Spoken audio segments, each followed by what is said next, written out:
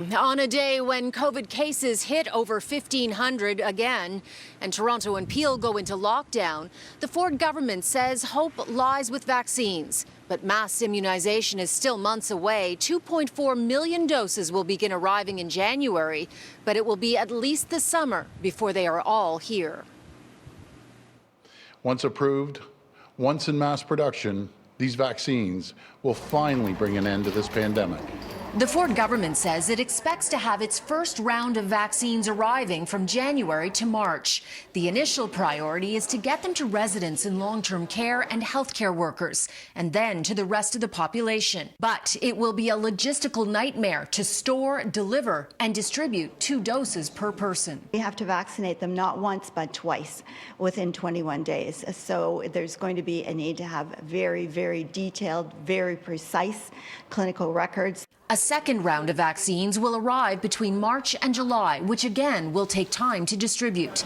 There are still a lot of unknowns. Right now, Ontario is expecting 1.6 million vaccines from Pfizer and another 800,000 from Moderna. But Ontario has a population of 14.5 million. There's no word yet how many more vaccines the province can get or when, or a target date for vaccinations to be completed. Today, the province announced General Rick Hillier, the former head of the Canadian Armed Forces, will lead the task force to manage the rollout. We need military precision. We need the discipline that only a general can bring to this task. General Hillier is a Canadian hero. Premier Ford is also extending the chief medical officer's term. Dr. David Williams was due to retire in February. He's the Premier's chief COVID advisor and has taken a lot of criticism for some of his decisions, including the color-coded framework that was widely derided for setting the bar too high before restrictions would go into effect. The Premier today stood by his top doctor. I just do not ever believe in changing a dance partner in the middle of a dance, especially when he's an incredible dancer.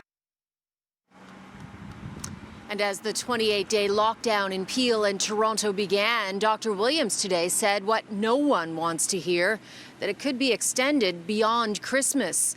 In fact, he said he'd be surprised if we were out of the woods in 4 weeks.